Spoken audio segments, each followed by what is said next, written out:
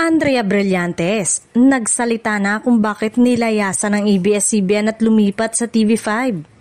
Matapos ang ilang linggong usap-usapan, tuluyan ang nagsalita ang aktres na si Andrea Brillantes tungkol sa tunay na dahilan ng kanyang pag-alis sa ABS-CBN at paglipat sa TV5.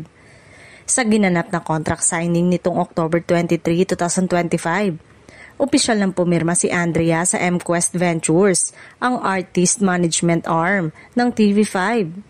Sa naturang event, diretsang inamin ng aktres na matagal niyang pinag-isipan ang desisyong ito.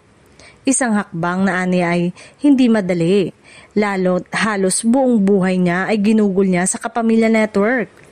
Mahirap siyang desisyon, diyan ako lumaki, diyan ako natutong umarte at diyan ko nakilala ang mga taong itinuturing ko ng pamilya. Pero dumating ako sa point na gusto ko ring subukan ang mga bagong bagay, pahayag ni Andrea.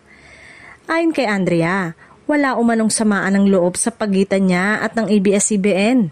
Sa halip, pinili niyang lumipat upang palawakin pa ang kanyang karir at makapag-eksperimento sa mas maraming proyekto kabilang ang pelikula at mga bagong TV genre.